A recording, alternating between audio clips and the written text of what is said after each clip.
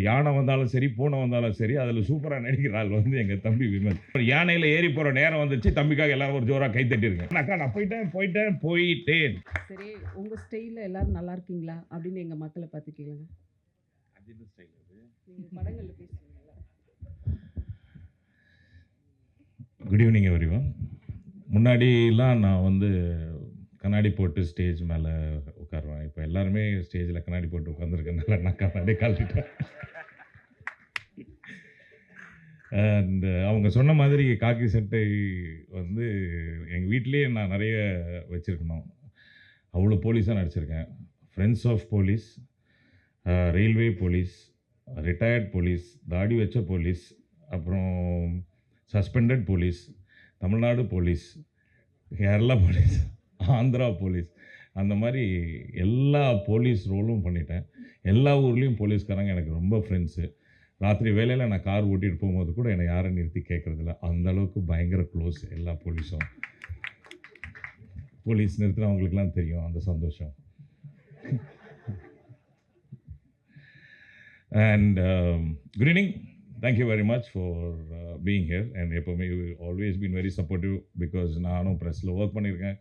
And அப்போதுலேருந்து பார்த்தவங்க நிறைய பேர் இங்கே இருக்கிறாங்க. I am very happy to see them and I'm sure that you will take this film ahead and hope all are doing well.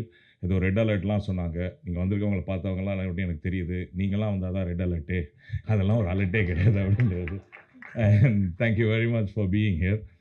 And வந்ததுலேருந்து நான் பார்க்குறேன் எல்லாரும் ஒரு இமோஷ்னல் ஃபீலிங்லேயே இருக்கணும். என்னாலே முடியல. நானும் சொல்லியிருக்கேன் எங்கள் அம்மாவை, நான் தான் சிங்கிள் மதரு அப்படி வளர்ந்து வந்தேன்னு. ஆனால் இவ்வளோ எமோஷன் இந்த ஒரு ஏரியாவில் இருக்குது அப்படின்னா அந்த படத்துக்குள்ளே எவ்வளோ இமோஷன் போயிருக்கும்.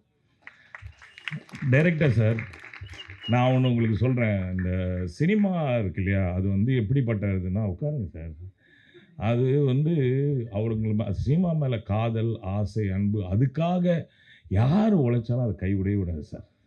அது எப்போவுமே அவங்க கூடயே இருக்கும் சார். சரி, நான்லாம் வந்து சினிமாவில் நான் நடிக்கிறதுக்கு அப்படின்னு வராமல் ஒரு ஆக்சிடெண்ட்டாக புஷ்கர் காத்திரி என்னை நடிக்க வச்சாங்க. அதுக்கப்புறம் திரும்பி வேலைக்கு போயிட்டேன். வேலைக்கு போனதுக்கப்புறமா என்னை கூப்பிட்டு நடிக்க வச்சு, அதுக்கப்புறம் அடுத்தது இம்மிடியேட்டாக மணிரத்னம் சார் படம் பண்ணேன், விஷால் பரத்வாஜ் படம் பண்ணேன். அதுக்கப்புறம் ஒரு 3 மாதம் வீட்டில் உட்கார வச்சு. ஏன்னா நான் உன்னை கூப்பிட்டு நடிக்க வான்னு கூப்பிடுறேன். டெய்லி 5 லட்சம் பேர் ட்ரெயினில் ஏறி வரான் இங்கே நடிக்கிறதுக்கு. உனக்கு சான்ஸ் கொடுத்தா நீ திமிரா பிஹேவ் பண்ணுறியா அப்படின்னு எனக்கு புரிய வச்சுச்சு. அதுக்கப்புறம் விடுறதே இல்லையே. காசு கொடுக்குறான், காசு கொடுக்கல, பெரிய படம், சின்ன படம், எந்த படமும் கிடையாது. வீட்டிலே இருக்கிறது இல்லை, யார் கூப்பிட்டாலும் போயிடுறது. Cinema is such a beautiful space. It will take you places.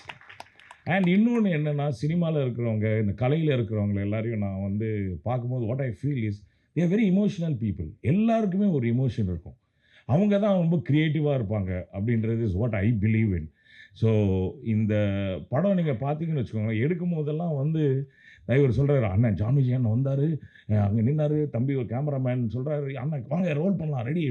Because I can see எவ்வளோ கஷ்டப்பட்டு அந்த படத்தை எடுத்துகிட்டு இருக்காங்க அப்படின்னு. அங்கே வந்து நம்ம வந்து ஒரு ஆர்டிஸ்ட் ஃபீல், நான் தான் நடிகன், நான் இந்த படம் பண்ணியிருக்கேன், இந்த மாதிரி ஒரு ஃபீலிங் இருந்துச்சுன்னா the movie will not happen. Kabir sir, தம்பி விமல் சொல்லவே வேண்டாம், ரொம்ப பாசக்கார பையன், அப்படியே எல்லாரும் கூட ஜெல்லாயிருவார். அவருக்கு எக்ஸ்ட்ரா ஃபிட்டிங்லாம் கூட வேணாம், ஒரு துண்டு அப்புறம் வந்து கொஞ்சம் அப்படி பட்டை கொடுத்தா அதை கூட கட்டிட்டு அவர் பாட்டு நடிப்பார். அவர் யானை வந்தாலும் சரி, பூனை வந்தாலும் சரி, அதில் சூப்பராக நடிக்கிற ஆள் வந்து எங்கள் தம்பி விமல். ஸோ அவர் வந்து is very grounded, is very down to earth. So அவர் பக்கத்தில் வந்து ஒரு யானையை வேறு ஒரு கார் நிற்க வச்சுருக்காங்க. அப்படின்னா தைரியமாக நின்றுருக்கான்னு நினைக்கிறேன். என்ன தம்பி, அந்த ஈட்டிலாம் பிடிக்குமா ஸ்ட்ராங்காக? பாரு, ஏரியே உட்காந்துருக்காரான். இப்போ யானையில் ஏறி போகிற நேரம் வந்துச்சு, தம்பிக்காக எல்லாரும் ஒரு ஜோராக கை தட்டியிருக்கேன்.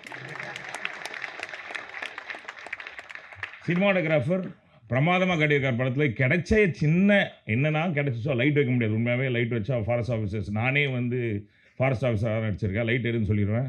அந்த அளவுக்கு அந்த மாதிரி ரெஸ்ட்ரிக்ஷனோட சூப்பராக விஷுவல் கொடுத்துருக்காரு தம்பி. Very good, all the best. அப்புறம் இங்கே இருக்கிற எல்லாருமே has done a great job. என்னோட பொண்ணாக ஒருத்தங்க நடிச்சிருக்காங்க. ஆமாம், உங்களுக்கு நல்ல வாழ்க்கை இருக்கோம்மா. ஏன்னா ஆசீர்வாதம் தம்பி சொல்லிட்டாப்புல, பெரிய ஹீரோயினாக வருவீங்க. நீங்கள் ஹீரோயினாக வந்ததுக்கப்புறமா நான் ஹீரோயின் அப்பாவாக நடிக்கிறேன். அப்புறம் நம்ம சிஸ்டி தாங்கே, அவங்க வந்து எல்லாத்துக்குமே ஒரு ஜோக் வச்சுருப்பாங்க. நான் வந்து ராத்திரி 3:30 மணி இருக்கும் விடிய காலைல என்னை வந்து அந்த ஜீப்பில் ஏற சொல்கிறாரு டைரக்டர். நான் அப்படியே பார்த்துட்டே இருந்தேன் அவரை. இல்லைண்ணே நம்ம ஜீப்பு கீழே நின்று கூட நடிக்கலாண்ணே அப்படின்னாரு. சரி ஏதோ ஆசைப்படுற ஜீப்பில் ஏறுறேன்னு சொல்லிட்டு கஷ்டப்பட்டு அப்படி ஜீப்பில் ஏறினாங்க. தூரத்துலேருந்து என்ன ஜான் விஜய் புட்டாவா அப்படின்னா வயசாயிடுச்சா அப்படின்னு அர்த்தம். என்னடா இப்படி சொல்கிறாங்களே அப்படின்னு சொல்லி அதுக்கப்புறம் 2 வாட்டி ப்ராக்டிஸ் பண்ணி ஓடி வந்து ஜீப்பில் கால் வச்சு ஏறி நின்ட்டேன். நின்னதுக்கப்புறம் யோசி வாவ் பரவாயில்லையே தேங்க்யூ சுச்சி தாங்கி இந்த மாதிரி எனக்கு வந்து ஆக்டிங் டிப்ஸ்லாம் நிறைய கொடுத்துருக்காங்க அவங்க. இன்னொன்று அவங்களோட டெடிகேஷன் எனக்கு என்ன ரொம்ப பிடிக்கும் அப்படின்னா அவங்க தமிழில் பேசுவாங்க.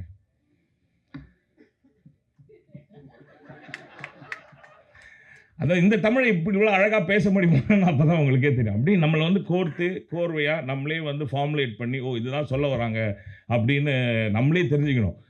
என்ன அதில் ஒரு பியூட்டிஃபுல்லான விஷயம்னா அந்த effort she takes to learn the language. So I think we need to appreciate that. அவங்க வந்து யோசிக்காமல் பேசுகிறாங்க, அடிச்சு தள்ளுவாங்க.